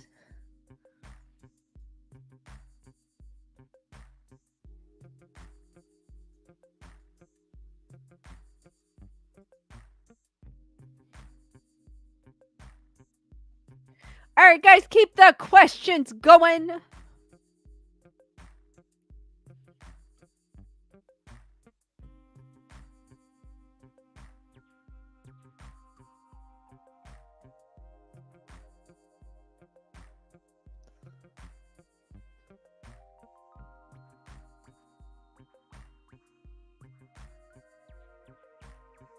D Nice goes, it took my father to buy a nativity scene from Costco for them to leave us alone. It's been years since we got it, Baby Jesus is albino, sun bleached.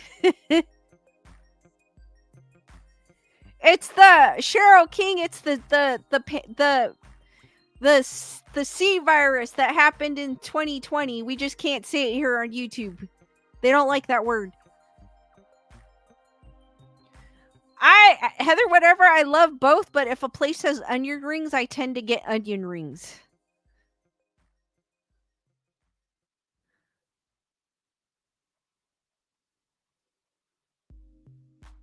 Tyrannus, maybe that's how they got my address.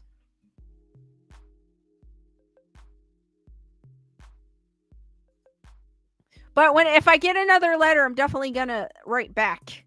Because I feel like they're just wasting their time. Like, why, where, how, what, when?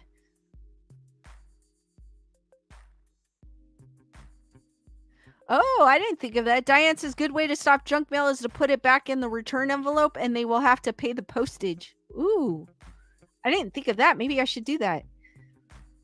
But they will never get my letter if I do it that way. But yeah. True. I didn't think of that. I could do that too. And they'll be like, nope, we're not going to send to this address ever again.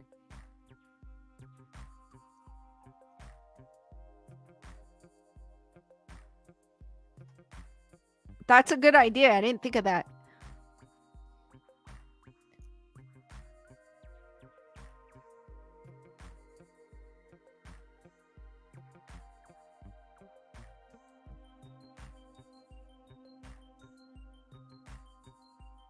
Tyrant goes, what's your favorite movie, snack, and drink? I like popcorn. And then I usually have my drink with me, or water, or icy. If they have an icy at their, like an icy dispenser, I usually try to get that.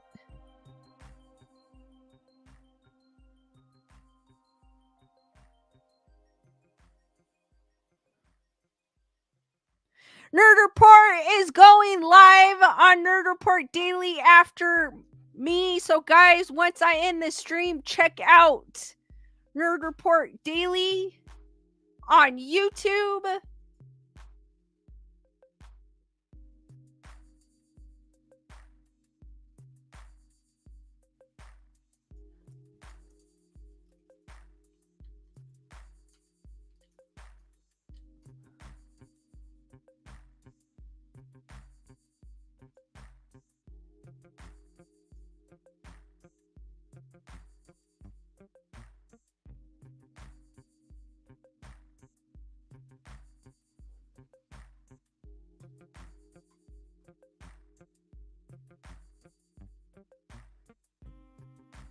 And just remember, it's on Nerd Report Daily and not Nerd Report.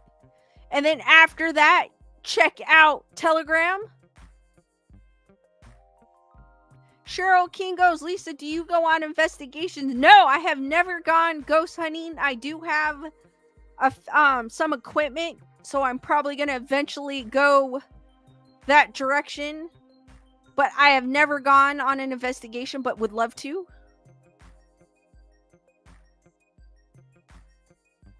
Thank you, Heather, whatever.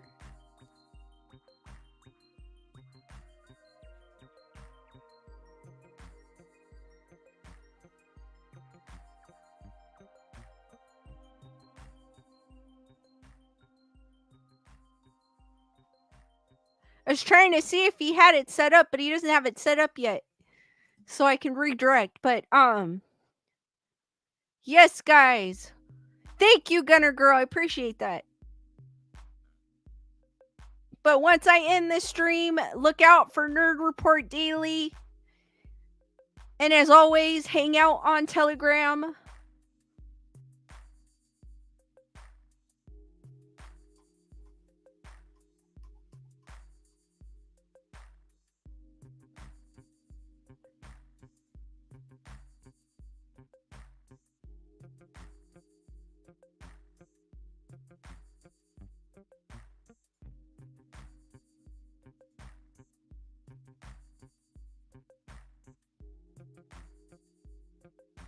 Diane says you can add your note to the mailing telling them to take you off their list. I probably will.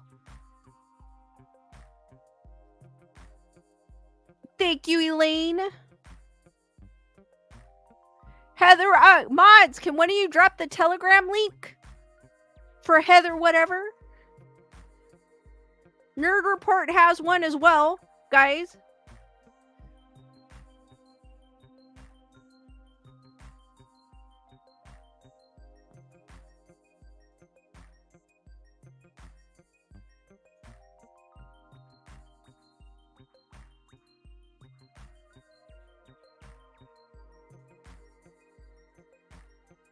I don't see it yet, Nerd Report.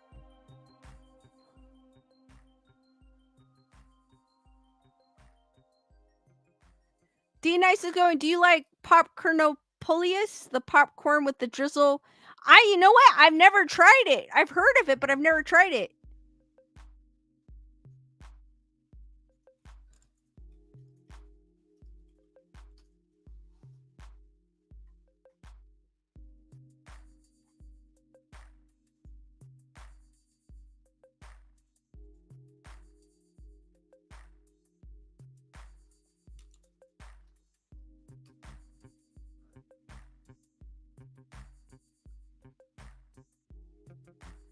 D-Nice has dropped the link for the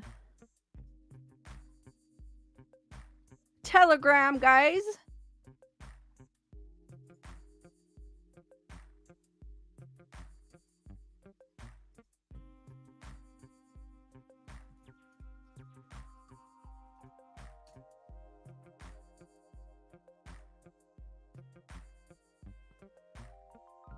Here you go. I found it. Give me 1 second, guys. It threw me off because it was a picture of Flash.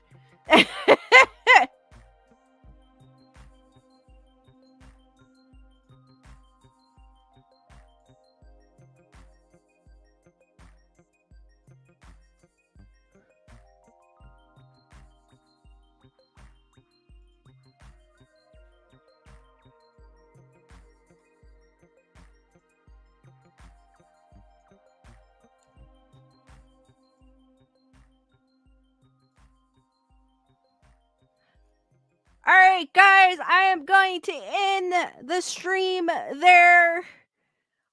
Thank you for joining the spooky chat. And I will see you guys on the next one. Remember, catch Nerd Report daily after the stream ends. It should directly redirect you to Nerd Report daily. But if it doesn't, be sure to check out Nerd Report daily. He is going to go live. I will see you on the next one, Saturday at 8 p.m. Pacific time. Stay tuned for standalone videos throughout the week. And stay spooky, guys. And thank you and good night. You guys are awesome. And just remember to Telegram, after party, after Nerd Report Daily. Or whenever you guys want to chat, we're there. See you later, guys. Good night and stay spooky.